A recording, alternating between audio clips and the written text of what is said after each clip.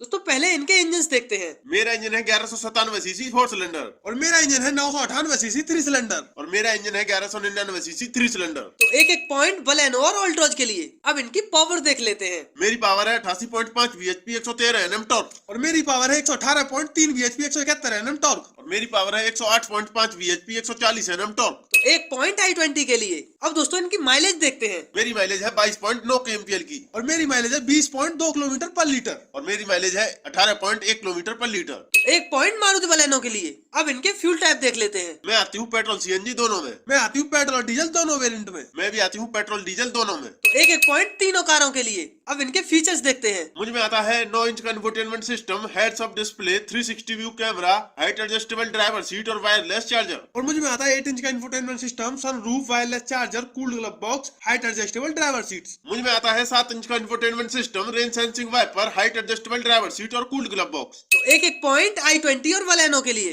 अब इनके safety features देखते हैं। मुझ में आते हैं 6 airbag, ABS plus EVD, electronic stability program, hill hold control, rear view camera, reverse parking sensors और ब्रेक असिस्ट। मुझ में आते हैं 6 airbag, ABS plus EVD, hill assist, tyre pressure monitoring system, electronic stability control, reverse parking sensors और reverse parking camera. मुझ में आते हैं dual airbag, ABS plus EVD, corner stability controls, tyre pressure monitoring system, traction control, reverse parking camera और reverse parking sensors. तो फिर से एक एक पॉइंट बलेनो और i20 के लिए। अब इनके ग्लोबल एनकैप क्रैश टेस्ट की रेटिंग्स देखते हैं। मेरा ग्लोबल एनकैप क्रैश टेस्ट अभी नहीं हुआ और मेरा भी ग्लोबल एनकैप क्रैश टेस्ट नहीं हुआ है। मुझे ग्लोबल एनकैप क्रैश टेस्ट में मिले हैं 5 स्टार्स। तो एक पॉइंट टाटा अल्ट्रोज के लिए। अब इनका ग्राउंड क्लियरेंस देखते हैं। मेरी ग्राउंड क्लियरेंस है 170 mm मेरी भी ग्राउंड क्लियरेंस 170 mm और मेरी ग्राउंड क्लियरेंस है 165 mm। तो एक एक पॉइंट फिर से बलेनो और i20 के लिए। अब इनका फ्यूल टैंक देखते हैं। मेरा फ्यूल टैंक है 37 लीटर का मेरा भी फ्यूल टैंक है 37 लीटर का और मेरा भी फ्यूल टैंक है 37 लीटर का। तो एक एक पॉइंट तीनों कारों के लिए। अब इनका बूट स्पेस देखते हैं। मेरा बूट स्पेस है 318 लीटर का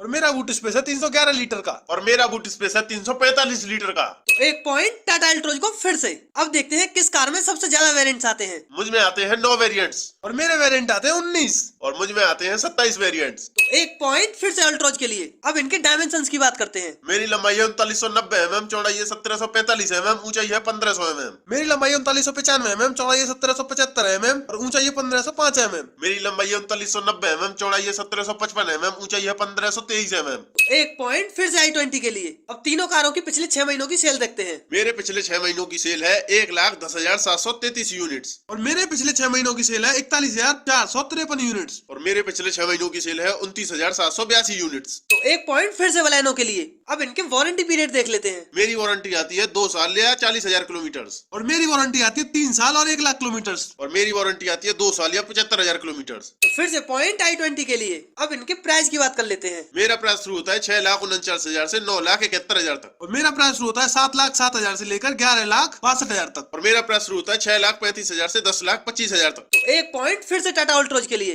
इस कंपैरिजन में मारुति बलेनो और Hyundai i20 विनर है। दोस्तों वीडियो अच्छा लगा हो तो वीडियो को लाइक कर